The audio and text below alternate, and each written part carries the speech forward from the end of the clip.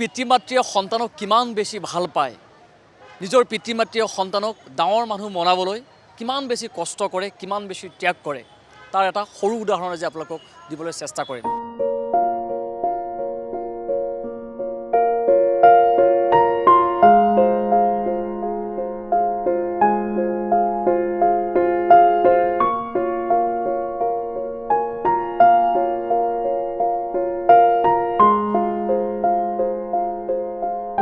High school শিক্ষান্ত পৰীক্ষা আজিৰ পৰা আৰম্ভ হৈছে আৰু এই মুহূৰ্তত গোপাল বড়ো উচ্চতৰ মাধ্যমিক বিদ্যালয়ৰ সন্মুখভাগত আমি উপস্থিত আছোঁ আৰু এটা দৃশ্য আপোনালোকক মই দেখুৱাবলৈ চেষ্টা কৰিম, যিটো দৃশ্য দেখিলে হয়তো আপোনালোকে নিজেই হৃদয়ংগম কৰিব যে নিজৰ পিতৃ মাতৃ বা নিজৰ অভিভাৱকে নিজৰ পুত্ৰ বা নিজৰ জীয়ৰীক ডাঙৰ মানুহ বনাবলৈ শিক্ষা দীক্ষিত কৰিবলৈ কিমান বেছি ত্যাগ কৰে, কিমান বেছি কষ্ট কৰে। এগৰাকী অভিভাৱক আছে, এই অভিভাৱকগৰাকীৰ ওচৰলৈ মই যাবলৈ চেষ্টা কৰিছোঁ।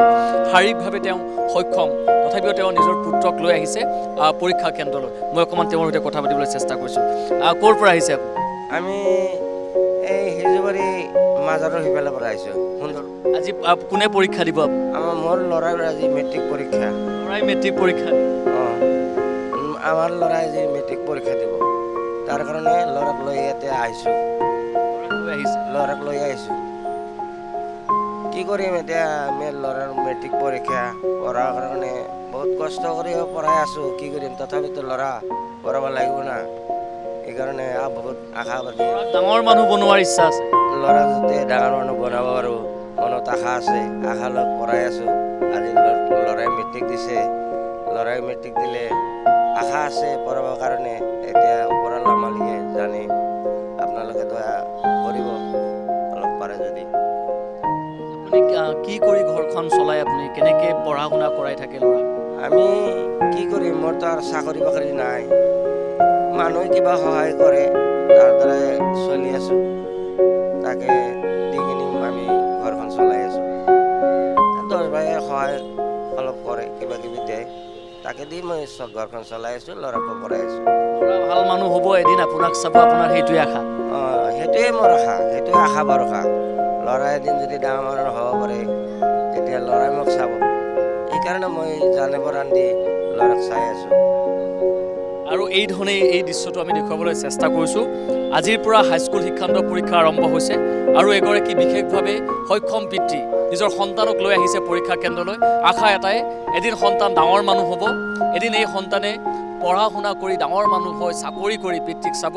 সেইটো আশাৰে পিতৃয়ে আজি এই ধৰণে শাৰীৰিকভাৱে সক্ষম হোৱাৰ পাছতো নিজেই পৰীক্ষা কেন্দ্ৰলৈ আহিছে নিজৰ সন্তানক লৈ। গতিকে এই ধৰণেই পিতৃ মাতৃসকলে নিজৰ সন্তানৰ বাবে তেওঁলোকে চিন্তা কৰে, নিজৰ সন্তানৰ বাবে ত্যাগ কৰে। কিন্তু এই যিসকল সন্তানক এটা সময়ত তেওঁলোক ডাঙৰ হৈ এই যিসকল পিতৃ মাতৃক যদি তেওঁলোকে নাচায় বা এই পিতৃ মাতৃৰ প্ৰতি যদি তেওঁলোকৰ যিখিনি দায়িত্ব, সেই দায়িত্ব যদি পালন নকৰে, সকলোতকৈ আচলতে দুৰ্ভাগ্যজনক কথা। গতিকে আজি হাইস্কুল শিক্ষান্ত পৰীক্ষাৰ এই স্থানৰ পৰা সেইসকল অভিভাৱক আমি প্ৰণাম জনাইছোঁ, যিসকল অভিভাৱকে ইমান কষ্ট কৰি নিজৰ সন্তানৰ বাবে তেওঁলোকে ইমান বেছি ত্যাগ কৰে। আৰু সেইসকল যাতে সন্তানেও অনাগত সময়ত যাতে পিতৃ মাতৃ তেওঁলোকৰ এই কষ্ট আৰু ত্যাগখিনিক যাতে তেওঁলোকে স্বীকাৰ কৰি তেওঁলোকৰ পিতৃ মাতৃৰ প্ৰতি যাতে সন্মান আৰু তেওঁলোকৰ যি দায়িত্ব সেয়া যাতে পালন কৰে, তাৰে আশা কৰি এই প্ৰতিবেদনৰ মাজৰ পৰা মই বিজয় কলিতাই বিদায় মাগিছোঁ।